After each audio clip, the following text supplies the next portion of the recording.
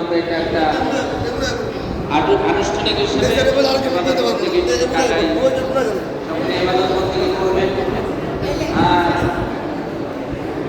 আজকে ইফতারের আয়োজন হয়েছে, আজকে বিশেষ করে হাক্কানি আন্দোলনের যে সমস্ত পীরভাই বা ইন্তেকাল করেছে তাদের জন্য দোয়া হবে। তো বিশেষ করে হাক্কানি আঞ্জুমানের বর্তমান যিনি মুতাওয়াল্লি সভাপতি আলহাজ আবু খালিদ মোহাম্মদ বরকতুল্লাহ সাহেব,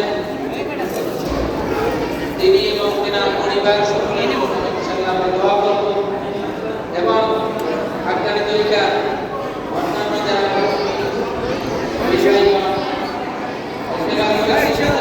ভাইরাল করে দেব আজকে।